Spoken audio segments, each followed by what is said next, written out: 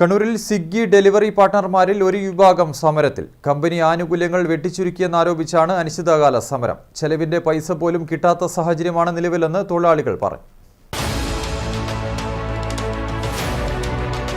നമുക്ക് ഇന്ന് അന്നെപ്പോലത്തെ ആൾ 13-14 മണിക്കൂർ പണിയെടുത്തതിനാൽ 1000 രൂപ 1200 രൂപേൻ്റെ പൈസയാണ് നമുക്ക് മാക്സിമം ആവുക. അതിൻ്റെ 400-450 രൂപ പെട്രോളിന് വേണം.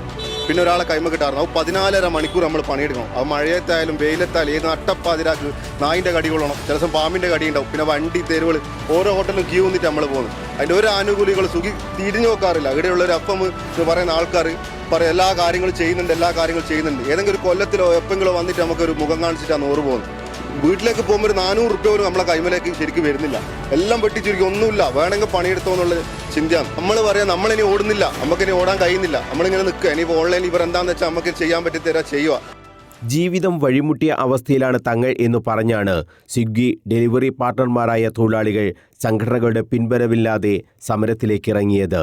ശനിയാഴ്ച മുതൽ കണ്ണൂരിലെ 100ഓളം തൊഴിലാളികളാണ് ഡെലിവറികൾ ഏറ്റെടുക്കാതെ മാറി നിന്നത്.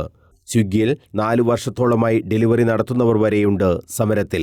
അവരുടെ പരാതി ഇങ്ങനെ: മുമ്പ് കിട്ടിക്കൊണ്ടിരുന്ന 4 രൂപ അന്ന് വരെ നമുക്ക് ഏണിങ്സ് ആവുമായിരുന്നു. കാരണം നമുക്ക് daily incentive, weekly incentive, bulk order, അങ്ങനെ കുറേ നമുക്ക് ഇത് എന്ന് പറയേണ്ട ഇത് ഉണ്ടായിട്ടുണ്ടായിരുന്നു. നമുക്ക് കുറേ ഓഫേഴ്സ് അവൈലബിൾ ആയിട്ടുണ്ടായിരുന്നു. സർജ് എന്ന് പറഞ്ഞിട്ടുണ്ടായിരുന്നു. അന്നൊക്കെ ഞങ്ങൾക്ക് അത്യാവശ്യം ഏണിങ്സ് ആയിട്ടുണ്ട്. എന്നാലിപ്പോൾ ഒരു കൊല്ലം തുടങ്ങിയിട്ട് ഞങ്ങളെ ഏണിങ്സ് എന്ന് പറയുന്നത് വളരെ കുറവാണ്. കാരണം നമ്മളിതിന് നിൽക്കുന്നതെന്ന് വെച്ചാൽ നമുക്ക് എല്ലാവരും ഇപ്പം ഞാൻ 4 കൊല്ലം ഇതിൽ പണിയെടുക്കുന്നു. ഈ 4 കൊല്ലം എനിക്ക് ഇല്ലാത്ത ഇതാണ് ഇപ്പോൾ ഈ 2-3 മാസം കൊണ്ട് നമുക്ക് ഇത്രയും പ്രശ്നം വന്നത്.